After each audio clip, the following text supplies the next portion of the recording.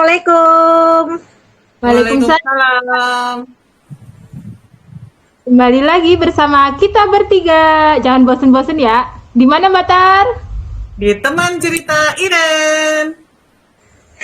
Dengan Dengan saya Iren. Semoga udah mulai kenal.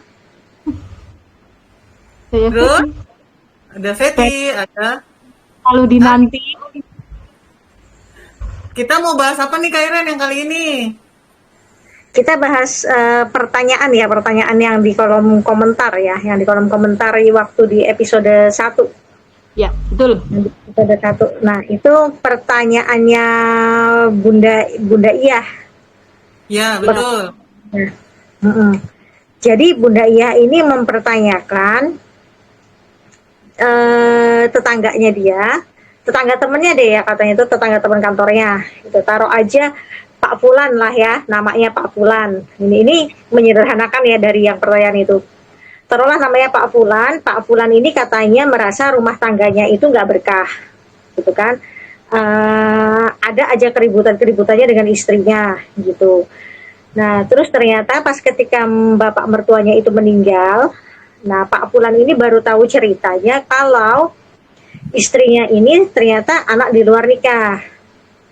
Nah, Ya.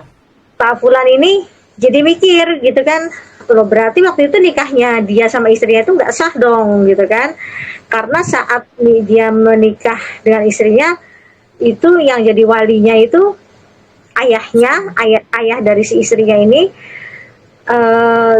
dan dibintikan ayahnya gitu kan. Nah, Ya. sementara kalau anak hasil di luar nikah itu bintinya itu adalah binti ibunya gitu. Nah, terus Bunda Iyah bertanya apakah memang harus nikah ulang? Iya, harus nikah ulang. Kalau laki-laki saat ijab kabul dia nggak harus menyebutkan binnya siapa, nggak masalah. Kan dia yang ijab kabul, dia yang melakukan ijab kabul. Ya. Tapi untuk perempuan, untuk wanita, dia harus jelas bintinya siapa. Jadi ketika nasabnya itu salah, maka tidak sah pernikahannya. Gitu. Jadi ya memang harus ulang untuk memutus mata rantai perzinahan di mata Allah. Gitu. Jadi pernah ada yang bilang ini nanti buka aib, jadinya akan jadi malu. Ya memang begitu. Konsekuensinya memang begitu. Resikonya gitu ya Kak Iren. Iya. Makanya hati-hati dengan zina gitu kan, emang resikonya bukan jadinya buka aib, ya memang begitu. Jadi makanya hati-hati dengan zina,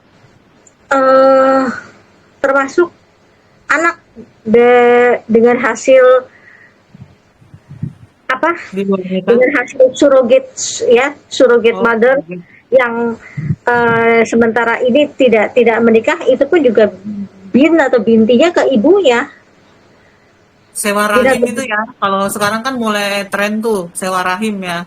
Nah, sewa rahim. Nah, itu ketika si pemilik sperma dengan si pemilik sel telur ini belum terjadi pernikahan, maka anak yang keluar itu nasabnya ke ibunya. Gitu. Dan jadi Nah, ini seperti jelas nih berarti soal nasab ini harus jelas banget ya Kak Iren ya, soal nasab ini ya.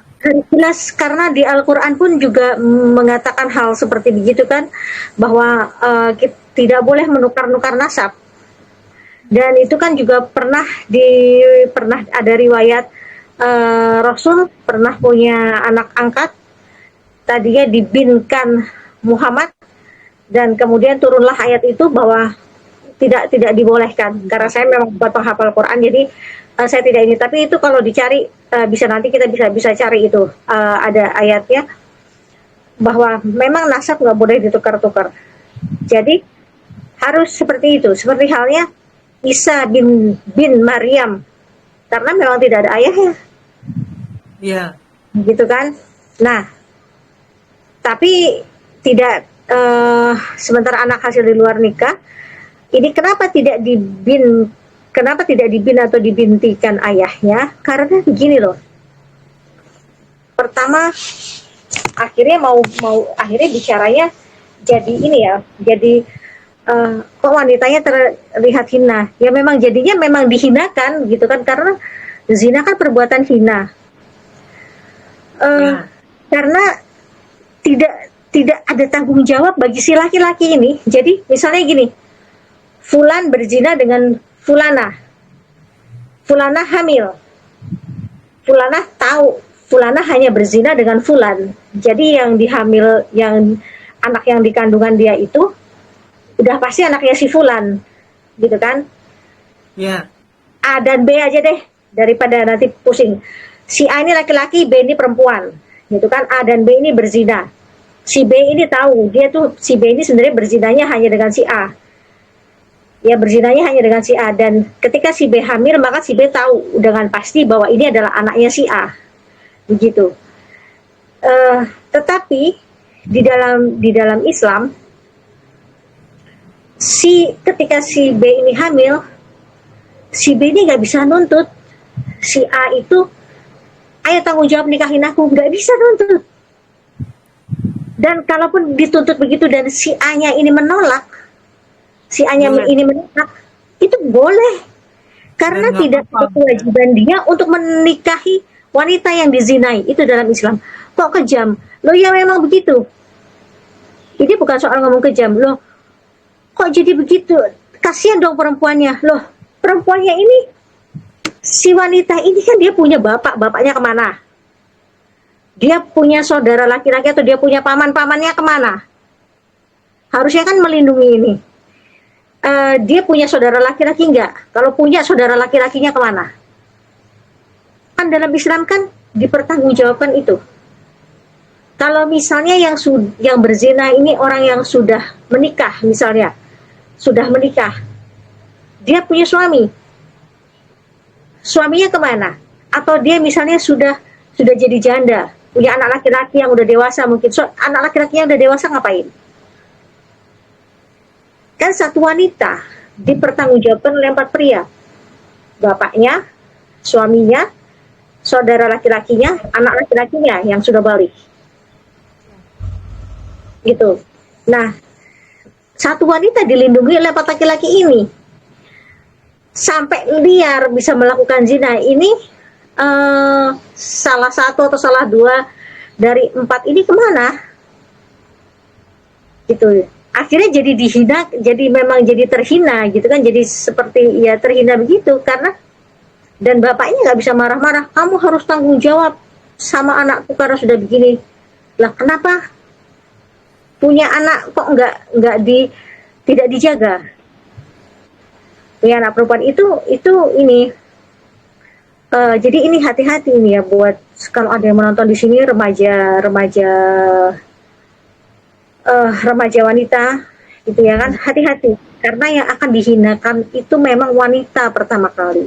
Dan kenapa tidak dinasabkan kepada ayah biologisnya, walaupun tahu berzinanya hanya dengan orang itu saja, begitu kan? Tapi kenapa tidak dinasabkan ke situ? Karena begitu buruknya sehingga terbuka prasangka bahwa bisa jadi dia tidak hanya berzina dengan satu orang ini, tapi juga dengan yang lainnya. Maka tidak jelas nasabnya. Yang sudah pasti jelas nasabnya adalah nasab ke ibunya, karena sudah jelas ibunya yang mengandung. Gitu. Jadi sehina itu gitu. Jadi nah kalau ditanya apakah perlu nikah ulang, harus nikah ulang. Dan anak-anak yang lahir dari yang tadi temannya Bunda Iyah itu, anak-anak yang lahir itu mereka jadinya semua nasab ke ibunya, karena pernikahannya nggak sah dan hubungan suami istri yang mereka lakukan itu di mata Allah zina, tanpa sadar, tanpa diketahui, ya kan, tanpa sadar, tanpa diketahui hubungan itu jadi hubungan zina. Dan anak-anaknya itu mau tidak mau akhirnya dinasabkan lagi ke ibunya. Nanti ketika menikah ini harus diputus, nasabnya harus jelas. Jadi nggak akan ada lagi rantai perzinahan. Makanya untuk hal yang seperti begini sebenarnya Islam mengatur dengan ketat dan juga jelas gitu.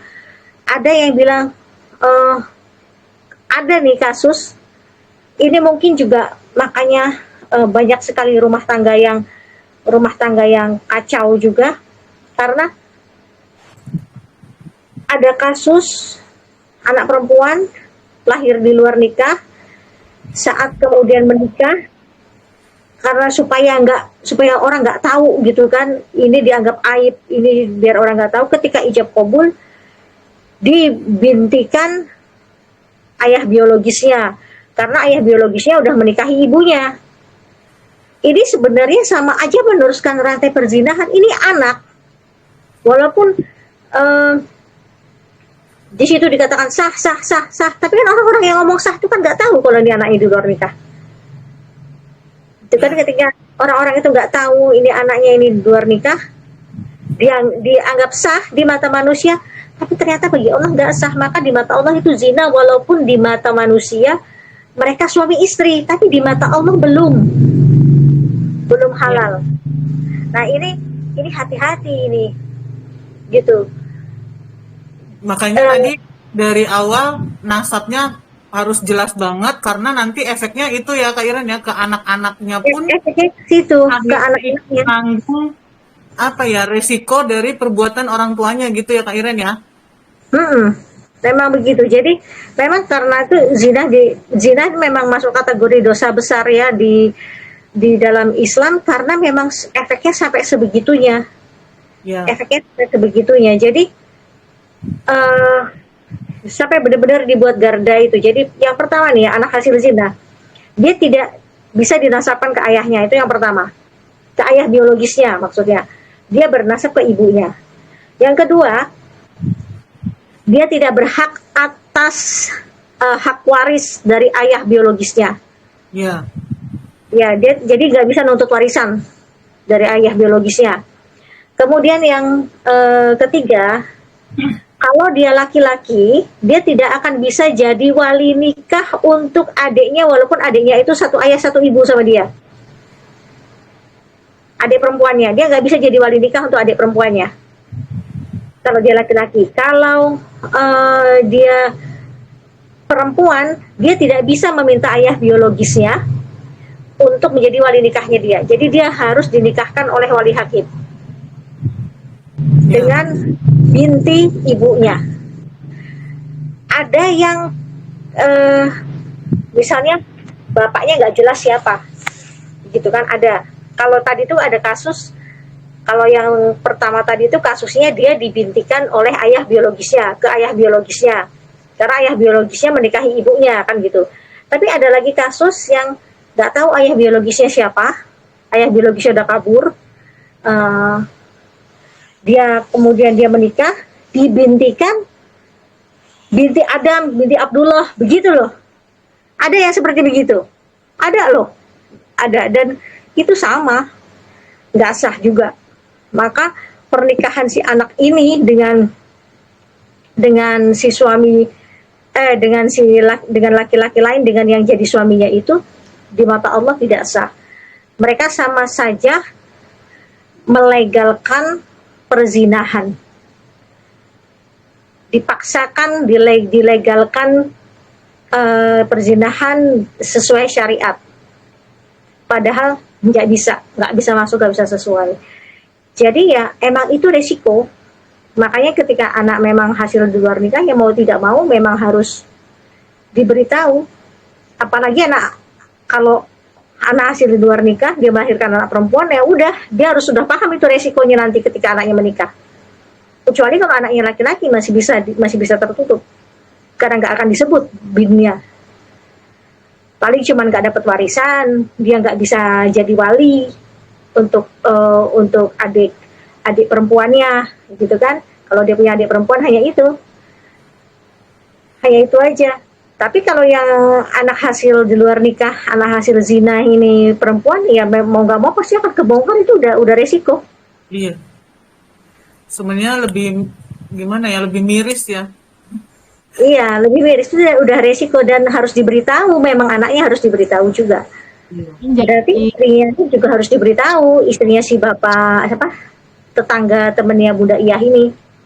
Dan harus nikah ulang mereka. Kalau mereka tidak mau eh, pergaulannya itu menjadi zina, menjadi kelanjutan zina, memang harus nikah ulang. Oke, mudah-mudahan ini udah menjawab pertanyaan dari Bunda Iyah ya. Ya, Mudah-mudahan. Ada tambahan nggak, Fet? Ada dari episode pertama tentang ikhtiar sholat. Ini suaminya kerjanya buruh bangunan dan waktunya kan nggak pasti. Itu gimana buat ikhtiarnya? Oh, kalau di episode pertama kan Kak Iren menjelaskannya tentang pekerja kantoran gitu ya. Kerja pabrik itu kan waktunya udah pasti. Kalau ini berarti dia tentang yang kuli bangunan gitu ya. oh Karena jadi Fet, intinya gini, saya kalau kerja, maksudnya ikhtiar yang bernilai ibadah gitu ya.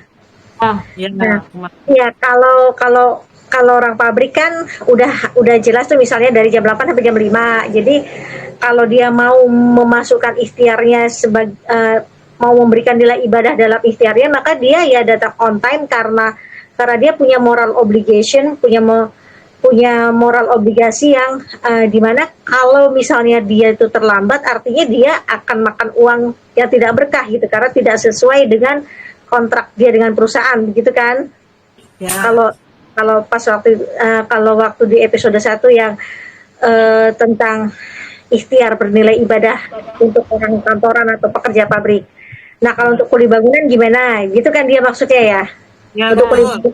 Nah, sementara kalau kuli bangunan ini kan jamnya bebas. Gitu kan katanya. Jamnya bebas, istirahatnya terserah dia, begitu kan. Nah, kuli bangunan ini kan punya mandor ya. Kuli Ya. bangunan itu punya mandor. Jadi kerja bebas itu kan bukan suka-suka. Seperti kayak misalnya gini, saya penulis nih, penulis itu kan juga dikasih range tuh sama platform, kayak misalnya taruhlah Vizo. Saya nggak boleh libur lebih dari 4 hari berturut-turut, atau enggak 4 hari berturut-turut saya nggak boleh libur. Kalau libur lebih dari itu, maka saya tidak akan dapat bonus retensi gitu. Dan perhitungan untuk posting itu di hari yang sama itu adalah jam 7 pagi. Lewat dari jam 7 pagi berarti udah masuk tanggal berbeda. Kan itu walaupun bebas, terserah mau nulisnya jam berapa aja, tapi kan tetap ada range. Ada range-nya gitu. Bebas bersyarat gitu. Iya, nggak ada pekerjaan yang benar-benar bebas, nggak ada. Ya, betul, pasti tetap ada aturannya gitu ya Kak Iren ya. Halal, haram, mau yang pekerjaan halal maupun haram, semuanya nggak ada yang benar-benar bebas, nggak ada. Ya.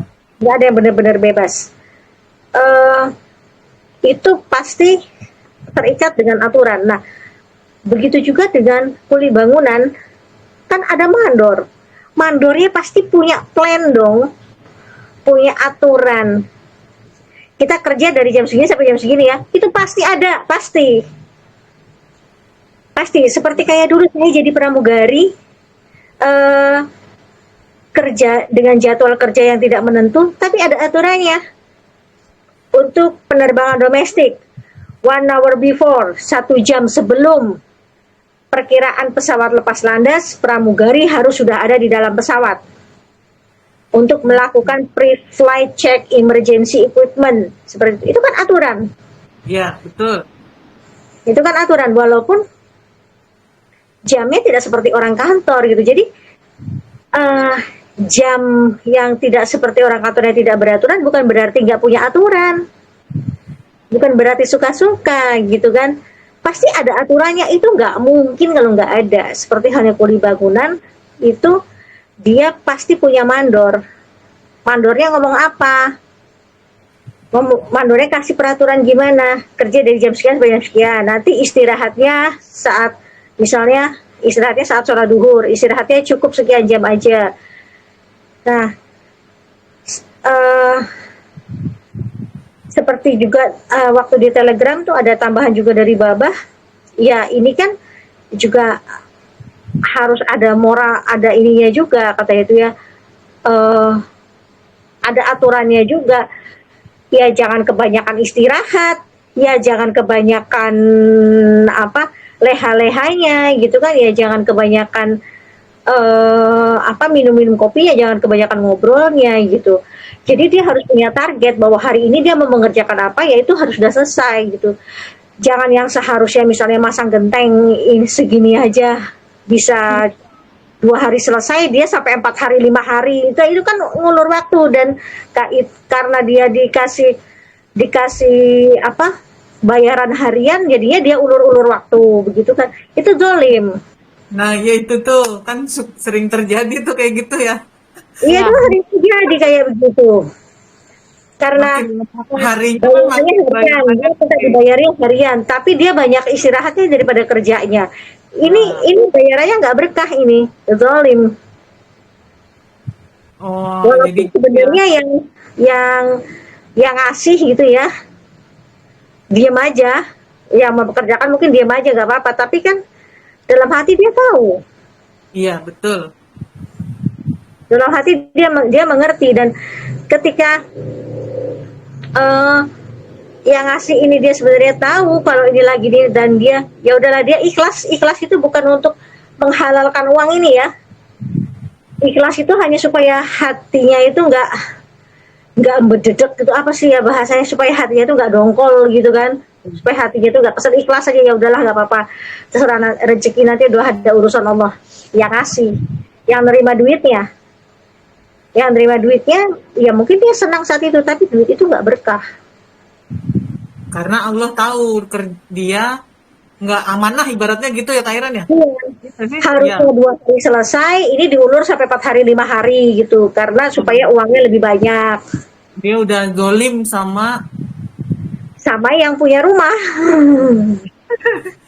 sama yang betul. mempekerjakan dia udah zolim gitu. Jadi nggak ada pekerjaan yang benar suka-suka atau bebas. Jadi kalau misalnya seorang kuli bangunan yang memang mau membuat ikhtiarnya itu menjadi ibadah, jangan curang. Ya, Jangan curang dalam hal waktu. Kalau misalnya memang itu bisa dikerjakan dalam waktu 2 hari, ya kerjakan dalam waktu 2 hari. jangan Begitu. ulur-ulur gitu ya. Saya sering kok, misalnya dia mau renov apa begitu kan, saya akan tanya dulu, ini kalau misalnya renov ini Pak, ini kira-kira berapa hari? Ketika orang itu menjawab susah memperkirakannya Mbak, soalnya kan ini harus begini begini begini, ini udah nggak amanah. Kan itu kerjaan dia, masa dia nggak bisa memperkirakan berapa hari? Iya, betul. Begitu. Nah ini sebenarnya ini masuk dalam kategori ikhtiarnya adalah ibadah. Dia udah punya rencana untuk manjang-manjangin hari dengan jawabannya seperti itu. Iya.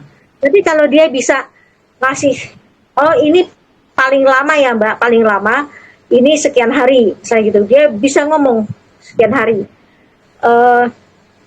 Soalnya ini nanti kan seperti begini, saya belum tahu ini kendalanya apa. Biasanya soalnya kalau misalnya nggak ada kendala yang demikian-demikian, jadi bisa jelasin itu paling bisa sekian hari. Tapi kalau misalnya nanti ada kendala yang begini demikian-demikian, paling lama ya paling lama sekian hari. Nah, ini dia punya moral obligation di situ. Dia tidak ada niatan curang. Jadi dia benar-benar ngasih penjelasan. Tapi ketika ditanya soal waktu, dia nggak bisa kasih jawaban yang pasti. Nah, ini ya udah mulai tanda-tanda gitu. Jangan-jangan udah ada niat curang gitu ya. Jangan-jangan udah ada niat curang, udah ada niat mau manjang-manjang, ini banyak kok terjadi. Ya. Bukan suudzon ya, Kak Iren ya, bukan ya.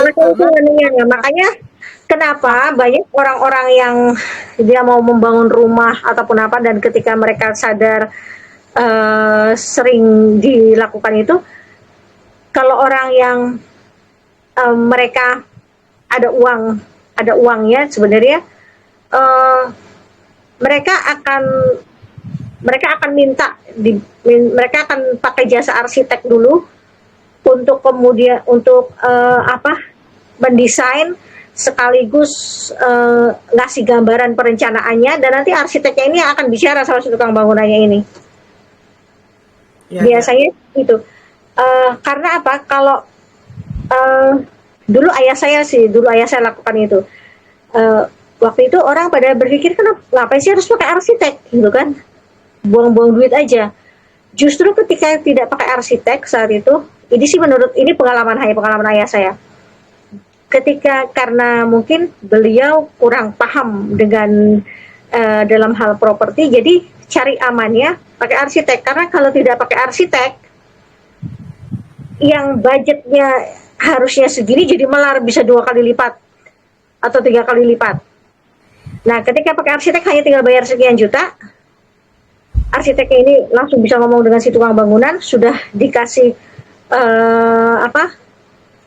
sudah dikasih rancangan plannya begini, seperti ini, udah seperti itu, dan insya Allah nggak akan melar.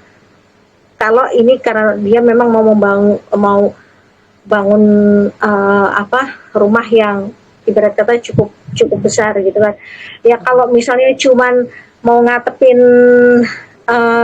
benerin atap dapur gitu kan misalnya atau apa gitu kan nggak perlu pakai arsitek sebenarnya kan. Kalau ketika ada yang dimintain tolong, ada tukang bangunan dimintain tolong, ini kalau pasang ini seperti ini cuman misalnya ngeplafon atau misalnya masang atapnya doang terus ini nanti ditinggiin dikit, ini cuma berapa hari kan harusnya bisa kasih batas waktunya gitu. Ya. Nah, di situ baru itu baru dia berarti dia paham moral obligasi.